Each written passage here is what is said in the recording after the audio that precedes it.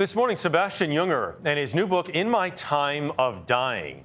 After changing the world of nonfiction writing with The Perfect Storm in 1997, later a movie, Junger became a war correspondent, writing and making documentaries from the front lines. Junger came close to death on the battlefield, but never like he did just a few years ago at his own house. This book is all about what happened on that life-changing day.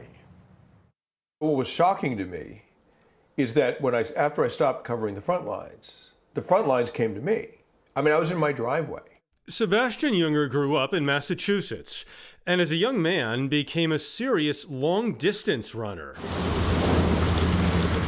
His urge to push the limits created The Perfect Storm. She's not gonna let us out. Which led to a new wave of creative nonfiction writing in the 90s. After The Perfect Storm, Junger found another outlet for his ambition: covering wars.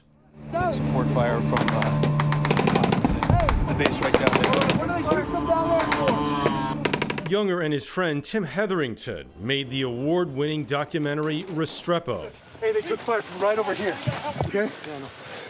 But Junger stopped war reporting after Hetherington died, covering the Libyan civil war in 2011. Over the next decade, Junger kept writing, but also focused on family, raising two young girls with his wife Barbara, until his life nearly ended in the summer of 2020. I felt this pain in my abdomen, like this shooting pain. I was like, oh, what was that? And I sort of got up to try to walk it out. I thought it was some kind of crazy indigestion, and I almost fell over. I sat back down and I said to my wife, Barbara, I said, something's happening. I've never felt like this. I'm going to need help. Unknown to anyone at the time, Junger had an aneurysm. I started bleeding out into my own abdomen. I was losing probably a pint of blood every 10 or 15 minutes. There's 10 to 12 pints in the human body. And the nearest hospital is a 1-hour drive from here. So you can do the math. I mean, I was basically a human hourglass. By the time he got to the hospital, Junger was almost gone. And that's when he says something he still can't explain happened. I became aware of a black pit that had opened up underneath me and slightly to my left. It was sort of infinitely dark and huge, and it was pulling me in. And as that happened, my dead father appeared above me. Now I have to stop and say, I'm an atheist. I'm a stone cold atheist. I'm not a mystic. I'm not woo-woo. I don't believe in anything. And my father was a physicist and also an atheist, right? So I was shocked to see him. I was like, what are you doing here? Like, Dad, what are you doing here? And basically he was communicating to me, it's okay. You don't have to fight it. You can come with me, I'll take care of you.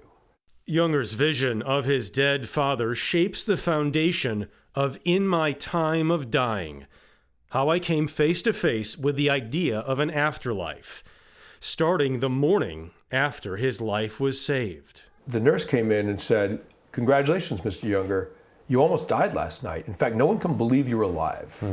Then she came back like an hour later and said, how are you doing? And I said, not so good. Like, what you told me is terrifying. She said, try this. Instead of thinking about it like something scary, try thinking about it like something sacred. And I've been trying to do that ever since. In the first half of the book, Junger explores the medical breakthroughs that allowed his life-saving procedure. The second half is far more spiritual. Like, as crazy as it may sound, can dead people really be seen? In the book, you ask why the dying, and only the dying, are the ones who see the dead. There's something called NDEs, near-death experiences, and there's a whole body of knowledge about that, a whole body of research. Tens of thousands of people have had these experiences. These are all things that can be reproduced with drugs, with low blood oxygen. The exception to that is seeing the dead. When people die, they see the dead. Over and over and over again, you can ask hospice nurses and EMTs and soldiers on the battlefield, and that has been true for a very long time. And that's what science can't explain. Junger says his near-death experience did not, in fact, convince him of an afterlife. You still seem very resistant to a lot of this, despite everything that happened.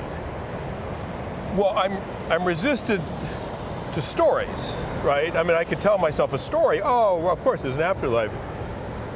But that's a story, it's not an explanation. And I understand why people have stories around this stuff because it's scary and it's mysterious.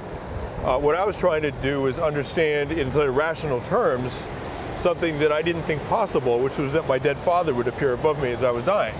It begs an explanation. Junger may still not have an explanation, but he does have perspective. All right.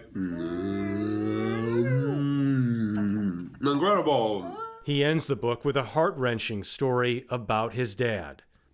There's a daddy. And this takeaway. The most important thing, more than God or scientific explanations, the most important thing is that we are with someone that we love on the side of the mountain when darkness comes. And if we're not, somewhere you have erred. Did it take this book to discover that for you? It took this book to understand a lot of important things. Oh, what a big girl. It took having children and then almost dying and then writing a book trying to understand all of that for me to finally be what feels like a complete human being now. This book made me think more than any other that I've read in quite a while. Yeah, just the blend of the medical in the beginning and then the spiritual and just the discussions, because you kind of have to preface all of this, as he does a little bit, when you talk about these near-death or seeing dead people, like, it's just, we're talking crazy here, but we may not be, because it's reported over and over and over again, and it happened to him. And the quantum physics and the subatomic physics and science that he goes into, where he tries to explain it, because he's trying so hard to explain it to himself. Right. And I don't know that he has the full answers, but just the book putting this stuff out there makes people think. Yeah, you have to It's unbelievably fascinating.